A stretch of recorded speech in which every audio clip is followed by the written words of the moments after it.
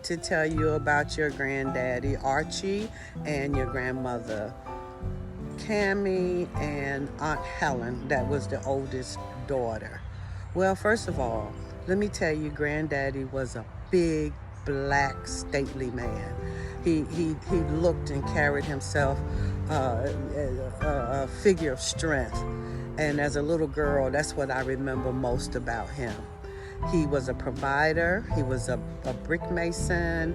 He did sharecropping because he had a lot of kids. 11 kids is a lot of kids. But guess what? He held it down. He built a house brick by brick, and he did what he had to do. And then he married Cammie. They were both from various parts of North Carolina. They met in Norfolk, Virginia. They got married, and then proceeded to have all of these children. Granddaddy was fine. I'm telling you, back in the day, that's what you would call fine ladies. And Grandmama was, she was a little frisky, but she was a grandma, but not like grandmamas today. She was like, kept all the babies, and the babies were sick, and home remedies, and take this for this baby's sick, and let's do this for that baby. She did a lot of that. She used to boil herbs and scrape leaves and all that kind of stuff. And I wish today I knew some of the things that she used. My kids didn't go to the doctor till very late. Because until she said, they need to go to the doctor. Otherwise, she had something. And people would actually buy that stuff from her. I just don't know what it was. And then, and of course, there's Aunt Helen. Aunt Helen was entrepreneur. She had her own hair salon. She was called, back then they were called beauticians. And she wore white stockings and white nurse shoes and uniforms, and she worked hard. She played hard. She loved her brothers. She loved her sisters. And when they all got together, it was quite comical. And I remember a lot of those times. I remember the times when Cammie would sit at the table and play cards with the boys and win all the money. That was funny. And then, of course, it was the family gatherings. There's some things that we're just never going to forget about them. But Granddaddy, we miss you. Grandma, we miss you. Big Mama, Helen, popping, snapping that gum. Yes, we miss you too. As a matter of fact, I have Aunt Helen here with me. And when I moved the last time, I said, Aunt Helen, we're moving in North Carolina, but we're not moving anymore. This is it.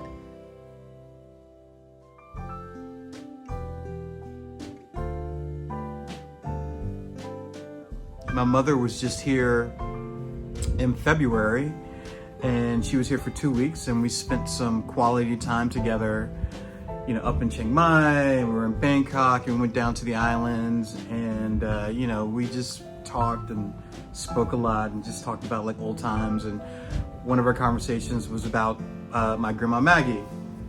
I'm Grandma Maggie's oldest grandchild. I was born in 1973.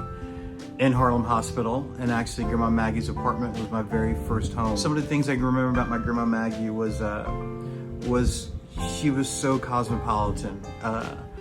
She just had so much style. I remember being a kid and my mother telling me that Grandma Maggie was coming into town, and it was always super exciting. She was just super loving and just super fun, and always came with gifts, and she was the New York grandmother. She was the cool grandmother with the scarves and the boots and the rings and the jewelry. Just super stylish. That's one of the things I remember about my Grandma Maggie. So a little history lesson. When I was at the Smithsonian African American Museum in DC last year, there was an exhibit about the Great Migration in America that happened from the late 50s to the early 70s. And my Grandma Maggie, my Uncle Jimmy, my Uncle Buddy, and I believe my Uncle Robert were all part of that migration. And basically the migration was to escape the shackles of Jim Crow and segregation and just a lot of unequal opportunities were just happening at that time. And a lot of Southern blacks decided to move up north for better opportunities. And my Grandma Maggie was part of that. So thinking about my Grandma Maggie, it reminds me of a quote heard from like a Buddha monk a while back. Basically, I'm paraphrasing. It goes like, we don't lose the ones we love, they only go before us. We don't lose the ones we love, they only go before us. I am Grandma Maggie's first grandchild. She will always be with me. She will always be a part of me. And I wish I would have had more time to spend with her. And I hope she's proud up in the sky looking at her firstborn grandchild and seeing, all the stories that I've accumulated over the last couple years and all the miles that I've traveled and all the experiences. And just hopefully she's proud of me. And she was a truly amazing woman, and I love her, and she will always be with me. Thank you all so much. Sawadee Kap.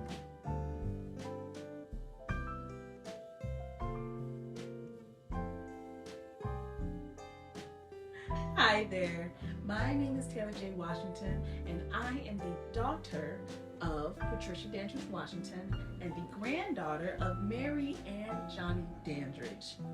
Today, I'm going to tell you a little bit about my amazing grandparents. Growing up, I was blessed to be able to spend my summers with them, and it was nothing but amazing. They lived most of their lives in Virginia, and when I would go down there, we would have a ball. One of the things I will always remember is watching Showtime at the Apollo with them. It was a tradition for us that was never missed. I truly miss them dearly, and one of the things I miss about them is their love for God. Vacation Bible School and Sunday School were an absolute must. I miss them so much, but I know they're looking down smiling from heaven. Thank you for spending some time learning about my grandparents, Mary and Johnny Dandridge.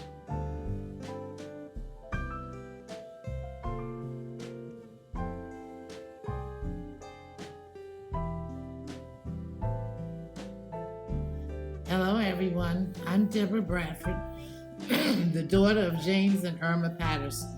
Dad met Irma, the love of his life, in Norfolk, Virginia. They married and moved to New York. They had 7 children. Irma was a stay-at-home mom, managing the household and raising their children. Mom was a kind and gentle soul who people often came to for advice. Sadly, she passed away at age 45 in 1983. Daddy had an entrepreneur spirit, owning several businesses, all while working as a longshoreman for over 40 years. He had a great work ethic that he passed on to his children. He had a great love of family and friends and looked forward to family reunions and gatherings.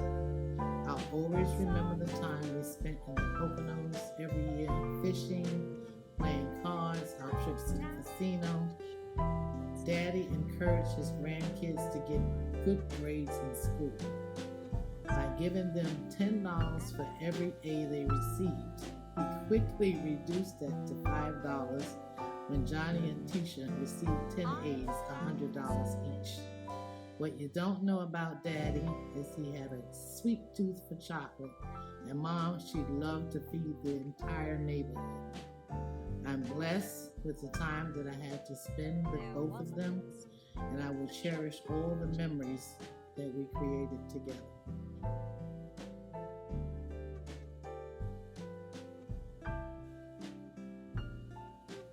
Hello family, I'm Patricia Dandridge Washington, the daughter of Mary and Johnny Dandridge, and the niece of Theodore Roosevelt Patterson and Loretta Patterson. better known as Uncle Teddy and Aunt Loretta. So I am speaking on their behalf today because when I think about the shoulders that I stand on, I can truly say that that power couple, our aunt and uncle, are definitely shoulders that I stand on. Uncle Teddy and Aunt Loretta had a business, and Chris is carrying on the legacy of TLC, Teddy, Loretta, Chris. But I would like to share with you what they have done here in the Tidewater area and many of the things that they did in New York. But first I want to start off with some of my fondest memories of them.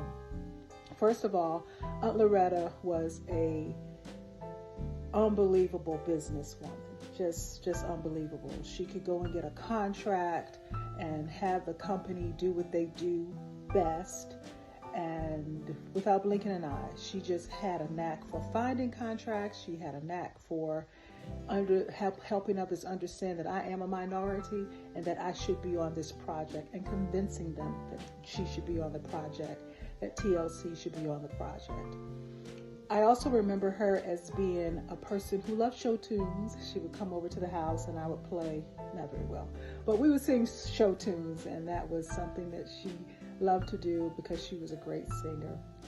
Uncle Teddy, his model planes, he would never let me fly those planes. I think he thought I would crash them. I probably would have. But he had model planes that he would make, and then he would do air shows with them. He was just an amazing carpenter. He learned from his father, our grandfather, Archie Patterson, and he took that on to greater heights and elevated his skills and started his own business. So he was an entrepreneur.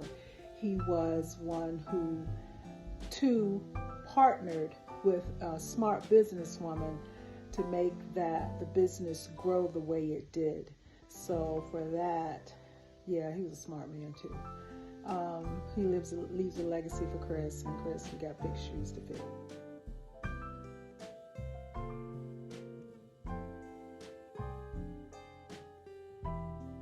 I'm doing this to honor Grandpa Augustus, Grandpa Gus, and Grandma Margaret. And what I remember about them the most, particularly Grandpa, there was this one moment where we were at one of those cookouts, gatherings at the house, at Grandpa's house and Grandma's house, and everybody was playing checkers. And Grandpa was, to my memory, beating people at checkers. And we played, and I just remember this particular time where I won. And I was very young. I had to be like younger than 8. And I felt so proud of myself. I was like, man, I beat Grandpa. You know him. He was a big personality, big guy. I'm like, I beat the big guy. And it wasn't until years later I realized he let me win. There's no way that I was able to beat him. I wasn't as smart as him at that age. So I just appreciate that he let me get that win in front of everybody, in front of his friends. I'll never forget that.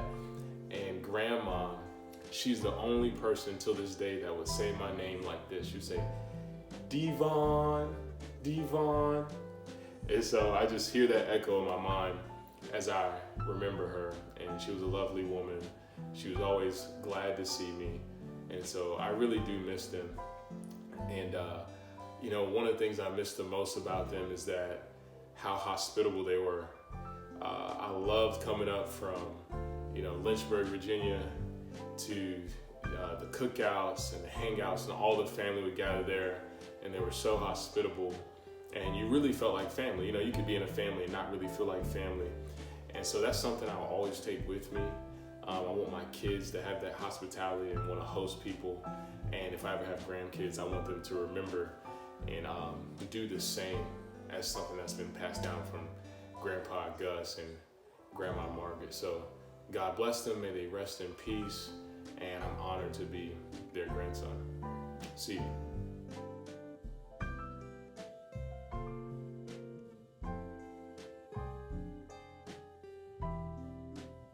And we are related through my dad's parents, Sonny and Eddie Patterson. Sonny also hi Money to us. So hi Money, how did you become a Patterson? Well,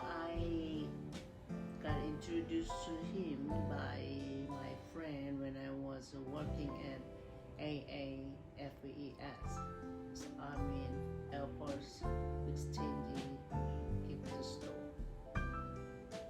Okay. And now some questions to ask the elders, our grandparents. How was childhood in Korea? Well, I was not a really happy person until I think I went to junior high.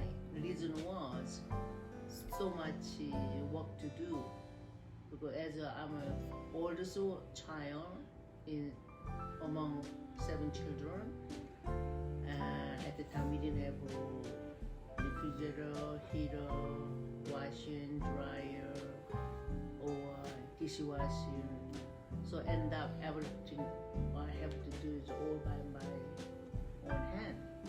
So I have this full responsibility to wake up from 4 o'clock in the morning to cook breakfast and lunch and dinner for my brothers and sisters, and then do the laundry for all their clothes, and also I have to have them to prepare to go to school and come back.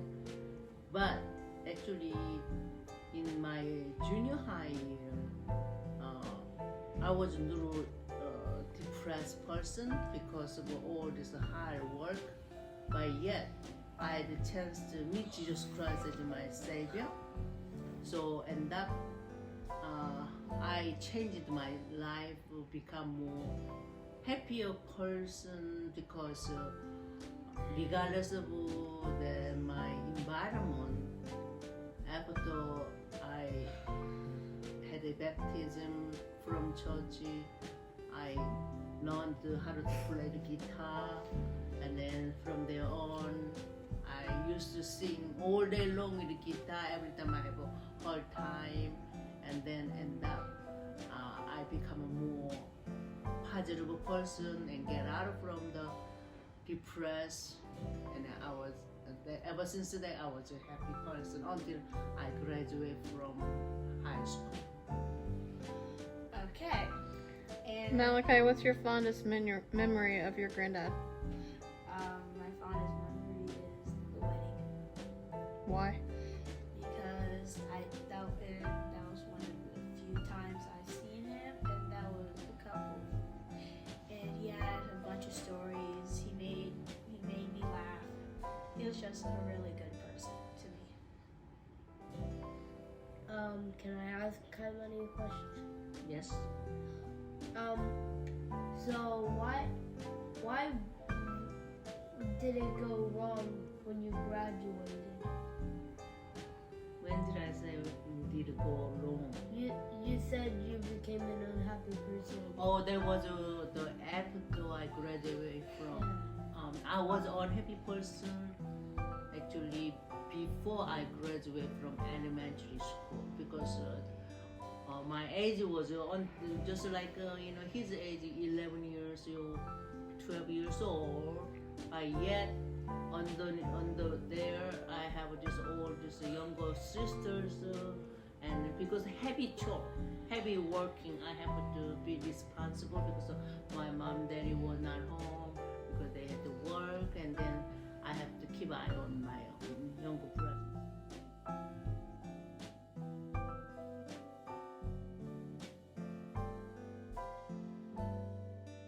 I've been given the opportunity to talk about our family member, our uncle for many, a great uncle for some, great uncle for others, many who have never met him, Uncle Jimmy, James Patterson. What I remember about Uncle Jimmy, like most of the Patterson brothers, he was a big guy. Uncle Jimmy was a very, very caring, loving uncle. Spent some time with him in New York. My brother and I, one summer, just enjoyed ourselves up there. Uncle Jimmy was a very caring person, loving person. Funny enough that even when he was angry, which was rare, sometimes you didn't even know he was angry because he still had some sense of humor in his anger when he was upset about something. Very loving father, husband, very, very giving individual. He left us way too soon, like so many of our family members. But one thing I do remember is that, he was a very caring person when he left New York and came to live at the house at Hoover Avenue. Just the things, he did at the house and for the house. Always giving, always caring, always sharing. I remember one time, me and his son Mark and my brother Ken, I think it was just the three of us, we were playing outside in the front yard of the house on Hoover Avenue. And one of us swung on the tree and broke the branch. It didn't pull all the way down. He didn't get upset too much anyway. He didn't fuss. He just went and got a clothes hanger, tied it around the branch of the tree. And if you were to look sometime later, the branch grew back together. And in fact, it encapsulated the clothes hanger that was tied around the branch. That's just how he was. For him, there was always a resolution. There was no need to be highly upset. There was a resolution. And so I was honored to have spent the time I had with him and around him, as well as all of my aunts and uncle. He was surely missed by so many. And God has done well in blessing us with someone such as our Uncle Jimmy. Peace and blessings.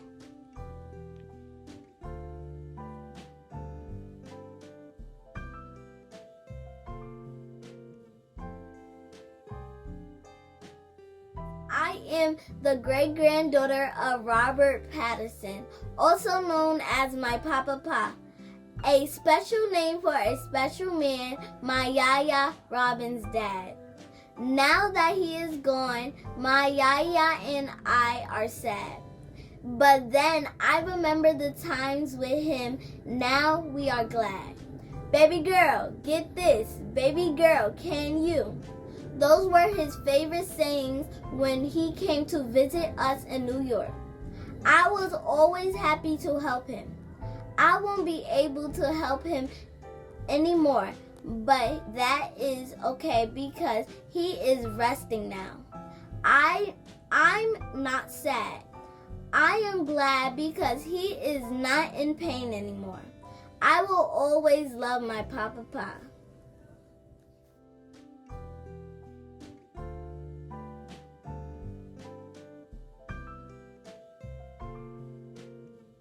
I'm one of Fulton's oldest daughters.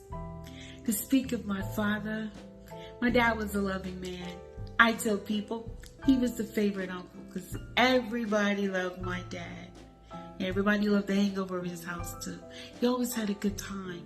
He was a Vietnam vet. He loved cars. He was always known to drive a nice car, and he was a sharp dresser. He was a God-fearing man. My dad, he told me how to be strong, He was an alpha male. He didn't play no games. And we as his kids knew that. And I know everybody else knew that too. Then there's my mom, Sharon. She was a God-fearing woman. Her life's work was to work for God. And she did to her dying days. She helped me raise my children, and she taught them to be God-fearing, and that's something that I love. My mama could cook some collard greens, y'all. She could cook some collard greens. They'd be so good.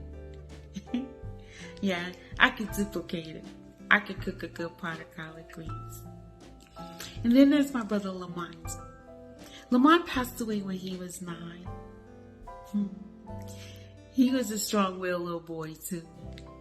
He had a love of the Dukes of Hazzard. It was a TV series that came on back in the 80s. And then he also had this great, great love for the Incredible Hulk. Race cars, Oh, this boy got a race car every Christmas and every birthday. And Christmas and his birthday was 3 months apart. But he got one every Christmas and every birthday. We was putting together tracks. Well, those are my loved ones gone. Felton, Sharon, and Lamont. Gone, but never forgotten.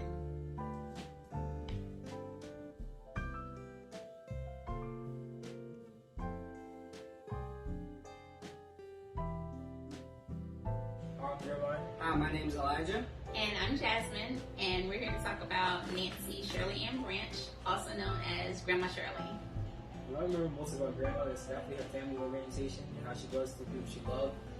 Anytime I asked to play, she was always there. Anytime I asked for food, she would always bring it as well. And I know she just loved everybody and was always happy. And my fondest memory of Grandma is in preschool, coming home. If I heard the guest room TV on, I knew she would be in there. And I would bring back a pumpkin from the pumpkin patch, and she would help me roast the pumpkin seeds. She would do the work because I didn't like it. I thought it was gross. But out of the kindness of her heart and the love she has for us, she would do it, and to make us happy and to bring joy onto her face, and to see that smile just meant a lot. One of the things I remember the most about Grandma Shirley is when I told her I was pregnant and the look on her face. And then especially when she got to feel Jordan kick for the first time, that's something that will definitely always stick with me. And I would say one of the things I miss the most about her though is being able to talk to her about anything, absolutely anything. And she never judged me. She definitely gave me her opinion, but she didn't judge me, and I was just able to talk to her about whatever. The most that I miss about Grandma is her seeing me graduate across that stage in high school and middle school, and also my accomplishments, mostly in music and where I'm going with it now and the things that I've done that I know she would truly be proud of, but I just miss seeing it on her face and her giving me that big hug, telling me that she's proud of me. Most of us about Grandma is definitely her presence. Like my brother said, coming home, knowing that she's there, knowing that I have someone to play with, whatever it may be. I do wish that she was able to see my accomplishments, whether it be through school or through sports, or home from some situation. But I do overall miss her presence and being there. And I think it's pretty clear that she loved her grandchildren. She loved everyone, but she definitely loved her grandchildren very much. And I think one of the things people would be surprised though to know about is that 2 out of 3 of her grandchildren have tattoos dedicated to her. And she'd probably be pretty disappointed to know that we had those tattoos, because she did not love tattoos, even though she loved us. She'd have a few words for us about that.